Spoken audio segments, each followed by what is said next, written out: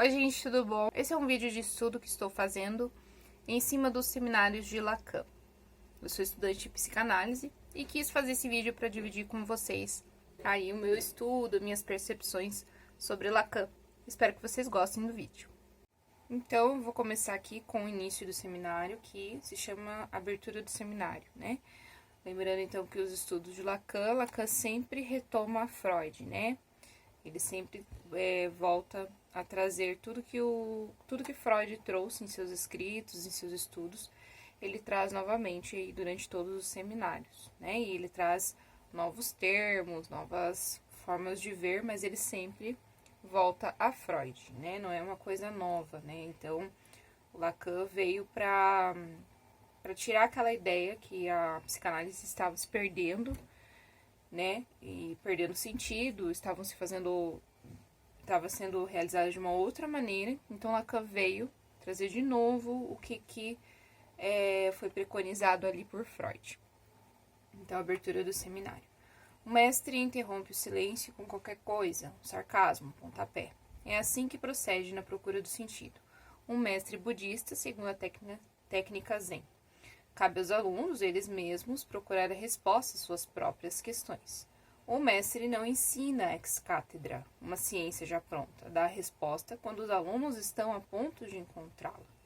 Aqui é bem interessante já nesse início, porque, de fato, a psicanálise ela funciona também dessa maneira, né? O analista e o analisando ali, o analisante, no setting analítico, então não há uma resposta pronta e acabada, porque o analista não fica numa posição que Lacan diz de sujeito suposto saber. Ele está ali não sabendo realmente de nada, né? Quem traz os conteúdos são os analisantes. Então, essas respostas, elas não vêm realmente prontas, né? Funciona assim na questão da análise, né? Bem interessante aqui já no início da abordagem do seminário de Lacan. Essa forma de ensino é uma recusa de todo o sistema. Descobre um pensamento em movimento. Serve, entretanto, ao sistema porque apresenta necessariamente uma face dogmática. O pensamento de Freud é o mais perpetualmente aberto à revisão. É um erro reduzi-lo a palavras gastas. Nele, cada noção possui vida própria. É o que se chama precisamente a dialética, que ele fala sobre como o pensamento de Freud é aberto aí à revisão. A gente vê também nos próprios trabalhos de Freud que Freud também voltava aos seus trabalhos, aos seus estudos, trazia novas ideias, repensava ideias antigas, anteriores. Então, o próprio Freud também revisava seus próprios conteúdos, né? Algumas dessas noções foram, num dado momento, indispensáveis a Freud, porque respondiam a uma questão que ele havia formulado antes, em outros termos. Só se apreende, pois, o valor delas ressituando-as no seu contexto. Mas não basta fazer história do pensamento, e dizer que Freud apareceu num século cientista. Com a interpretação dos sonhos, efetivamente, algo de uma essência diferente, de uma densidade psicológica concreta, é reintroduzido a saber o sentido. Do ponto de vista cientista, Freud pareceu ligar-se então a um pensamento mais arcaico, ler alguma coisa nos sonhos. Ele volta em seguida à explicação causal.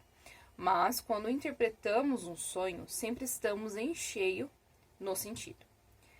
O que está em questão é a subjetividade do sujeito, nos seus desejos, na sua relação com o seu meio, com os outros, com a própria vida.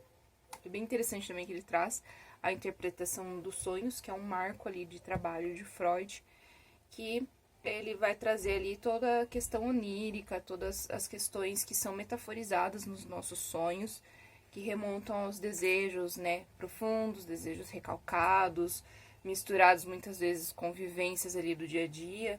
E os sonhos muitas vezes, né, parece não ter sentido pra gente, e ele também não tem um sentido cronológico. Então, o sonho de hoje que eu tenho pode ser que traga conteúdos de ontem, de um passado bem distante, enfim. Ele vem nessa mistura que Lacan traz, que é uma mistura bem metaforizada, cheia de significantes, cheia de significados, e é o próprio analisante que vai trazer dentro do setting analítico essa interpretação, não é o analista que vai fazer essa interpretação dos sonhos, esse livro, A Interpretação dos Sonhos de Freud, não tem nada a ver com aquelas interpretações que a gente via há anos atrás em livrinhos de interpretação de sonhos, simpatia. Ah, você sonhou com cobra, é porque vai ter uma traição. Ah, você sonhou com isso, é porque não sei o quê. Ou tinha aquelas pessoas que, ah, sonhei com tal animal, eu vou lá jogar no antigo jogo do bicho que as pessoas faziam, né? Ah, vai dar sorte com isso aí, vou jogar nesse sentido. Então, a interpretação dos sonhos nada tem a ver com aqueles sentidos desses livrinhos. Ó, sonho com isso é tal coisa. Não. Ele é muito mais profundo, ele é totalmente diferente disso, né? De uma é tal coisa, significa isso. Porque vai depender da vivência do sujeito, do que ele está trazendo do seu passado, da sua vida, dos seus desejos, das suas angústias. Então, é uma das formas de manifestação do nosso inconsciente aí através dos sonhos. Dentre os xixes, os atos falhos e outras formas aí que o inconsciente se manifesta.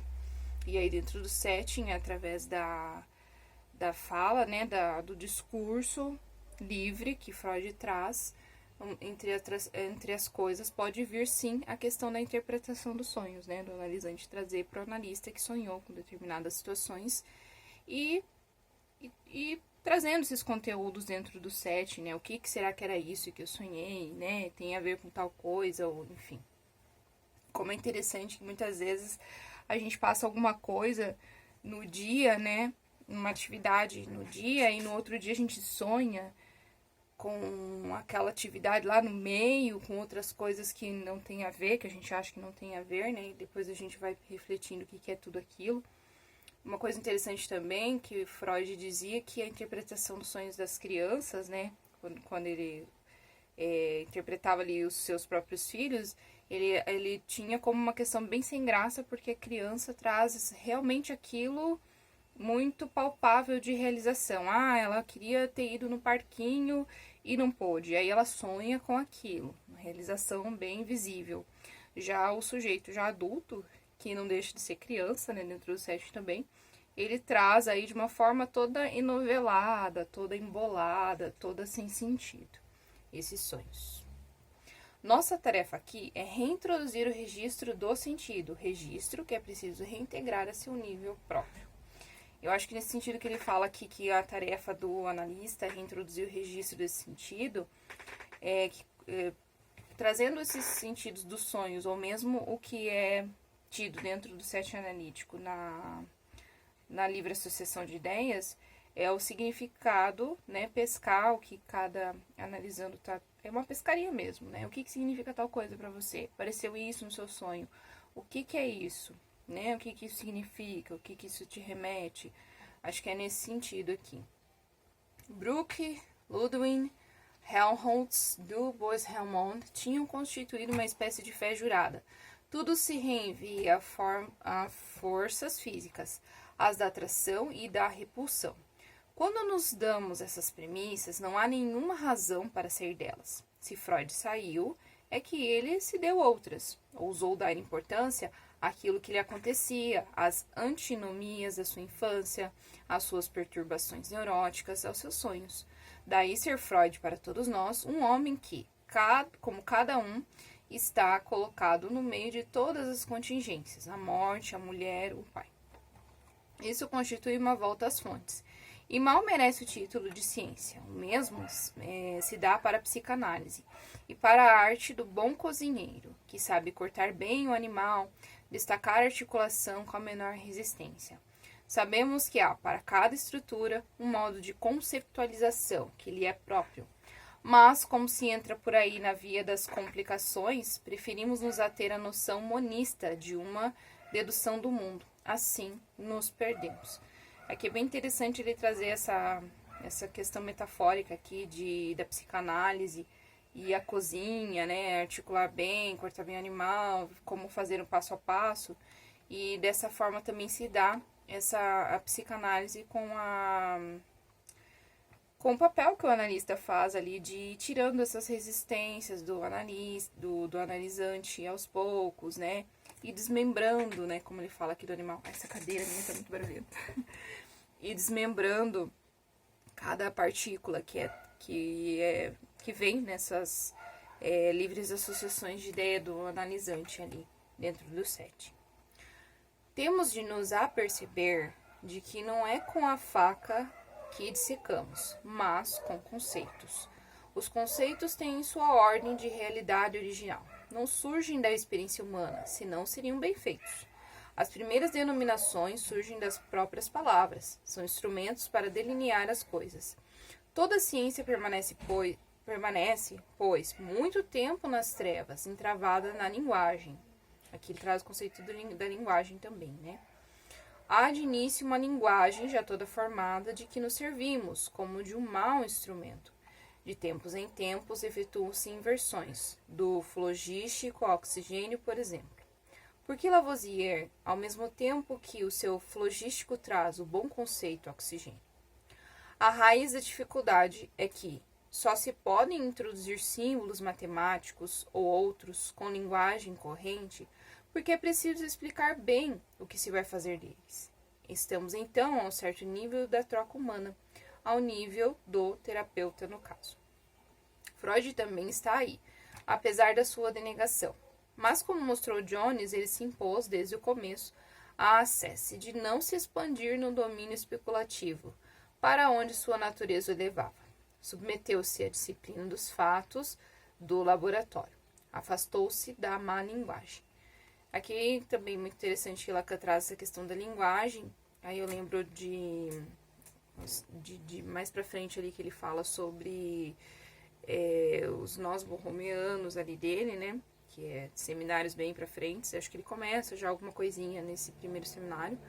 Mas enfim, essa questão da linguagem, né? O sujeito seria, para Lacan, um sujeito acéfalo, que é colocado no mundo, que já existe uma linguagem dentro desse mundo, é colocado dentro disso daí. Outra coisa, né, sobre a questão do sujeito, né, para